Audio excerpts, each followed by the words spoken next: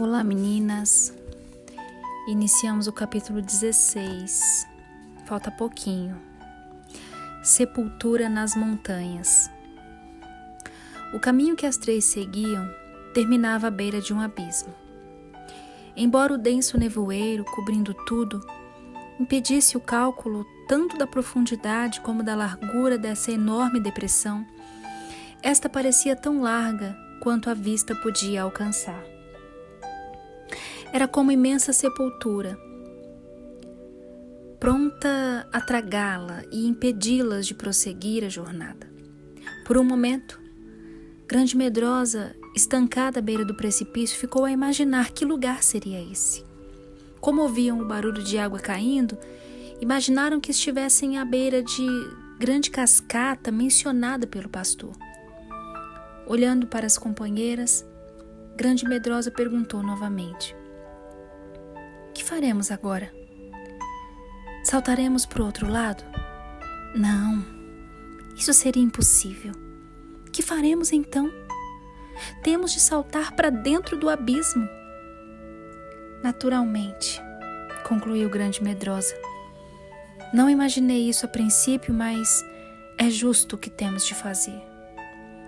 Naquele momento, pela última vez nessa viagem, apesar de ela não ter conhecimento disso na ocasião, ela ergueu as mãos na direção das companheiras, em busca de auxílio. Ela estava tão fraca e exausta que, em lugar das guias lhe segurarem as mãos, elas se achegaram e a ampararam.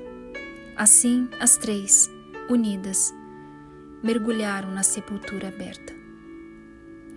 O lugar realmente profundo. Embora as fortes companheiras dessem pequena importância ao salto, Grande Medrosa sentiu que, se estivesse sozinha, por certo, teria se ferido muito. Graças ao fato da sua queda haver sido suavizada, ela sofreu apenas pequena contusão, além do já esperado susto. Em virtude de nada, lá embaixo ser claramente visível por causa da névoa, elas avançaram devagar, tateando, até encontrarem uma rocha achatada e alongada. Examinando-a mais de perto, descobriram tratar-se de uma pedra de altar.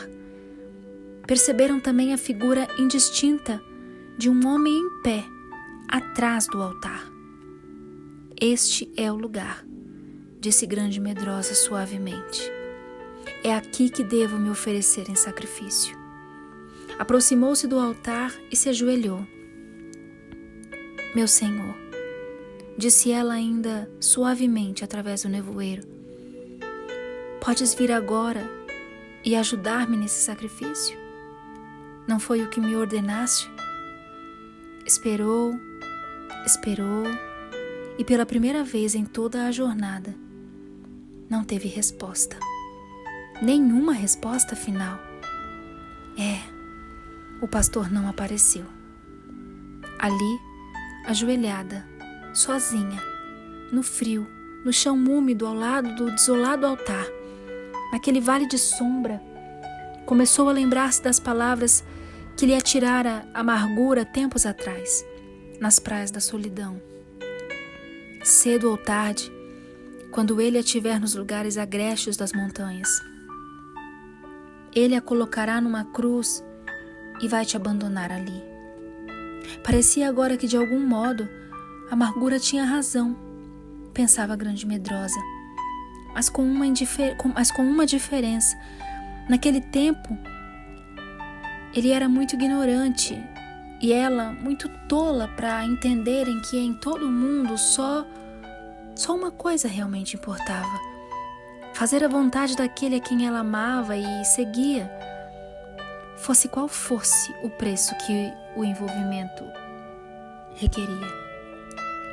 Mas era estranho, e bastante, que ao ajoelhar-se entre o altar, aparentemente abandonada a essa última e tremenda crise, não ouvisse sequer um som, nem um sinal da presença dos inimigos. A sepultura nas montanhas, bem ao pé dos lugares altos, estava além do alcance de orgulho. amargura, ressentimento, autopiedade, sim, e de covardia também. Era como se ela estivesse em outro mundo, pois eles nunca poderiam se atirar naquele abismo. Ajoelhada ali, não sentia nem desânimo nem esperança. Sabia agora, sem sombra de dúvida, que não haveria anjo algum a ser chamado no céu, para dizer que o sacrifício não precisava ser feito. Nada disso lhe trouxe terror ou tremor. O que ela sentiu foi apenas grande tranquilidade, em que um só desejo existia: fazer o que ele tinha mandado simplesmente, porque ele assim o queria. O frio, a desolação que havia enchido seu coração na gruta havia desaparecido completamente. Ardia-lhe na alma uma chama perseverante, a chama do desejo de fazer a vontade dele. Tudo o mais morrera e se transformara em cinzas. Grande Medrosa esperou um pouco, e como o pastor não aparecia, apesar do seu quase desfalecimento, com esforço supremo ela tentou arrancar com a mão o amor humano natural que com tanto anelo crescia em seu coração. Ao primeiro toque, foi como se a angústia atravessasse cada nervo e cada fibra do seu corpo. Sentiu uma pontada dolorosa de desalento, pois as raízes tão profundas e tão entrelaçadas por todo o seu ser pareciam impossíveis de serem arrancadas. Embora colocasse toda a sua energia num desesperado esforço, ela não conseguiu mover nenhuma só fibra da raiz. Pela primeira vez, sentiu algo parecido com medo e pânico. Ela não conseguia fazer o que ele lhe havia pedido que fizesse. Tendo afinal alcançado o altar, não tinha forças para obedecer. Virou-se para as guias e pediu ajuda. Pediu-lhes que fizessem por ela o que ela não conseguia fazer: arrancar a planta do seu coração. Pela primeira vez, sofrimento e tristeza se negaram a atender a seu pedido. Temos feito tudo por você, mas isso nós não podemos fazer, foi a resposta delas. Nesse mesmo instante, o vulto que se postava atrás do altar deu uns passos à frente e disse calmo: sou o sacerdote desse altar e posso arrancar a planta do seu coração se você quiser. Grande Medrosa virou-se e olhou para ele instantaneamente. Ah, obrigada. Por favor, faz isso para mim. Ele postou-se ao lado dela, tendo a forma indistinta por causa do nevoeiro, e ela continuou: eu sou uma grande covarde.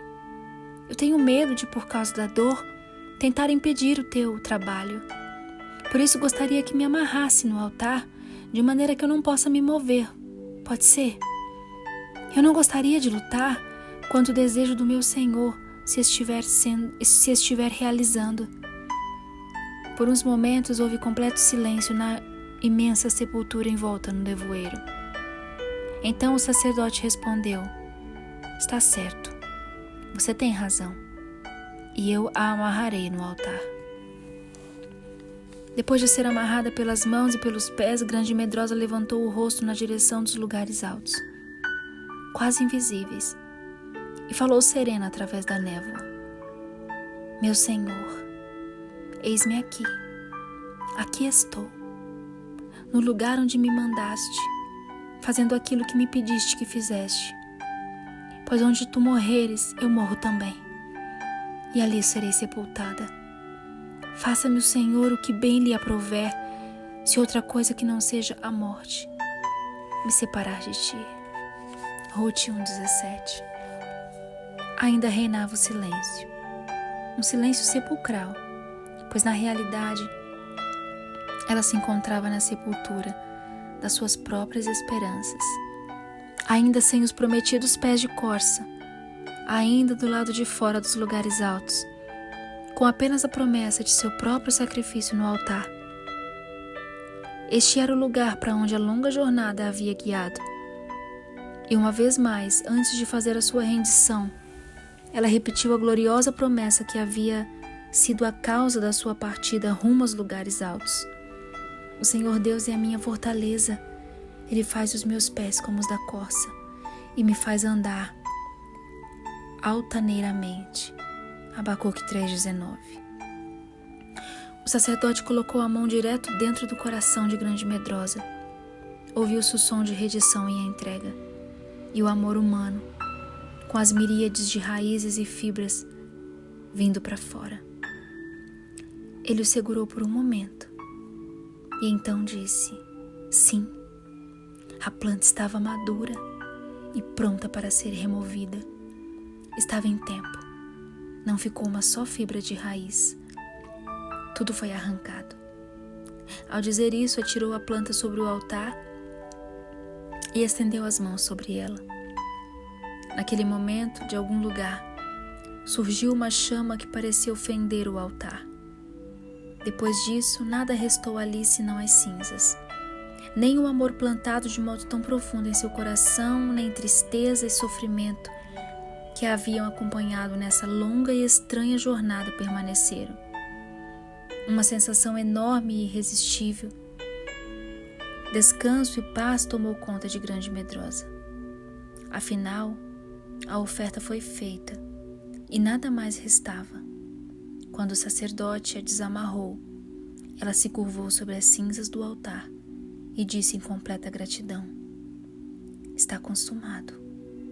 Então, exausta, adormeceu. Nós encerramos aqui a primeira parte dessa jornada. Amanhã nós entramos na segunda parte. E eu creio que vai ficar muito mais emocionante, porque a nossa aventureira Grande Medrosa, após se entregar aqui, ela está mais perto do que nunca dos lugares altos, porque a renúncia é a chave que abre a porta para os lugares altos. Aleluia. Até amanhã.